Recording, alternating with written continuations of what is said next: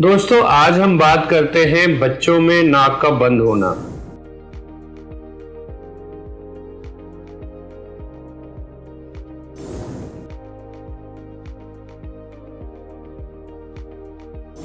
इसमें दो टाइप की प्रॉब्लम हम ज़्यादा अनकाउंटर करते हैं अपनी प्रैक्टिस में। एक वो बच्चे जिनका सारा दिन नाक बंद रहता है, जाकि वो माउथ ब्रीदर्स ही रहते हैं थ्रू आउट डे, और वो बच्चे जो कि सिर्फ लेट के रात को नाक बंद का कंप्लेंट करते हैं, या माता पिता उनके या पेरेंट्स उनका ये नोटिस करते हैं कि बच्चे जब लेटते हैं तो नाक बंद होता है।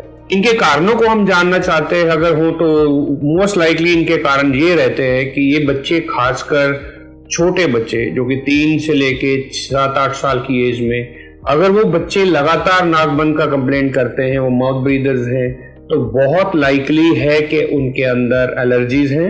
नोज एलर्जीज के अंदर उनका नाक का अंदर का लेयर जो सूज जाता है, उनके नाक में नेजल पैसेज काफ़ी नैरो हो जाता है, और वो नॉर्मली वो स्नीजर्स भी होते हैं, उनके नाक बहते भी हैं और नाक बंद रहते हैं।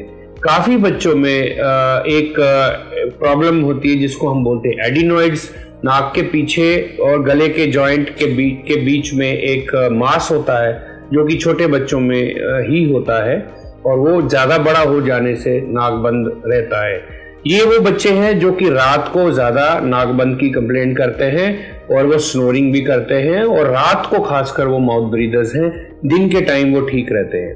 इन बच्चों को इन्वेस्टिगेशन अगर हम करना चाहें तो क्लिनिकली अगर एग्जामिन करना पड़ेगा, डॉक्टर को देखना है नाक के अंदर एलर्जिक चेंजेस है या उनके नाक में कुछ हड्डी टेढ़ी है। कई बच्चों में चोट लगने से, हड्डी टेढ़ी होने से भी कांस्टेंट नोज ब्लॉक रहता है, लेकिन ऐसे बच्चों में नॉर्मली एक तरफ ब्लॉक रहता है, दूसरा तरफ जनरली खुला रहता है, तो काफी पेरेंट्स नोटिस भी नहीं करते कि बच्चे को नाक बंद है। जो बच्चों को एलर्जी रहती है उनका नाक में अगर एग्जामिन करें तो हमें दिख जाता है कि नाक में सोजिश है, नाक में कुछ एलर्जिक डिस्चार्ज रहता है और नाक उनके बहते रहते हैं, और उनको जनरली थोड़ा बहुत खुजली भी रहता है आंखों में या गले में, और अदर एलर्जी सिम्टम्स भी उनको होते हैं, खासकर खांसी का होना या ब्रोंकाइटिस या सांस का चढ़ना। तो ये सारी चीज़ों की प्रेजेंस अगर हो, ये सारे सिम्टम्स प्रेजेंट हो बच्चों में, तो उनमें एलर्जी एक मुख्य कारण रहेगा नाक बंद होने का। जो बच्चों का एडिनॉइड्स का हम सस्पेक्ट करते हैं उसमें नेजल एग्जामिनेशन में नॉर्मली एलर्जिक चेंजेस नहीं होती हैं। आगे का हिस्सा नाक का नॉर्मल दिखता है, और पीछे के हिस्से में क्योंकि ये मांस होता है कि अगर आप ध्यान से डॉक्टर एग्जामिन करें तो उनको वो एडिनॉइड दिख सकते हैं। इन बच्चों में एंडोस्कोपी, अगर बच्चा कोऑपरेटिव हो तो एंडोस्कोपी भी करनी पड़ सकती है और करनी चाहिए। अगर बच्चा कोऑपरेटिव नहीं है तो उनको एंडोस्कोपी की जरूरत नहीं है। फिर उनको रेडियोलॉजी इन्वेस्टिगेशन की से हम डायग्नोज करते हैं।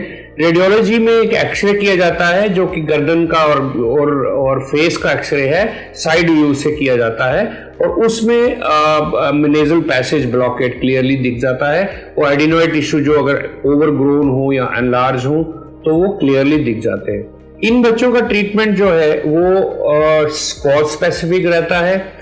अगर एलर्जी, जनरलाइज एलर्जी का पेशेंट है तो एलर्जी ट्रीट करना होता है।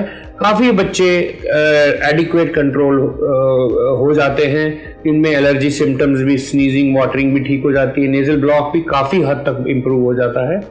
जो पेशेंट को एडिनॉइड का प्रॉब्लम है, एलर्जी की बात थोड़ा सा कर लें कि इन पेशेंट्स को लॉन्ग टर्म एंटी एलर्जिक पे डालना पड़ता है। कई महीने ये बच्चे स्प्रे पे और एंटी एलर्जिक सिरप या टैबलेट पे रहते हैं और उससे ये ठीक हो जाते हैं।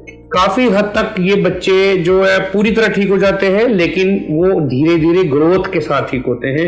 इनिशियली बच्चों को दवाई देना पड़ता है, जब बच्चे ग्रो कर जाते हैं 14, 15, 16 साल की एज में, तब ये प्रॉब्लम काफ़ी कम हो जाती है और ब्लॉकेज आजकल बिल्कुल ठीक हो जाता है। जो बच्चों का हम एडिनॉइड्स के बारे में बात कर रहे हैं, वो उन बच्चों को भी पहले मेडिसिन ट्राई किया जाता है, nasal spray, anti allergic antibiotics दे के कोशिश किया जाता है कि एडिनॉइड टिश्यू जो एक्स्ट्रा ग्रोन है वो थोड़ा सा श्रिंक करे और बच्चे इंप्रूव हो।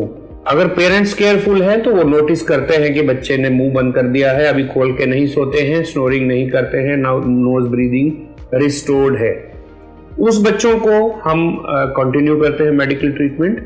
और फ्रॉम टाइम टू टाइम, खासकर जिन दिनों वो ज़्यादा होता है उन दिनों दवाई दिया जाता है, जिन दिनों नहीं होता है उन दिनों कोई ट्रीटमेंट नहीं किया जाता है।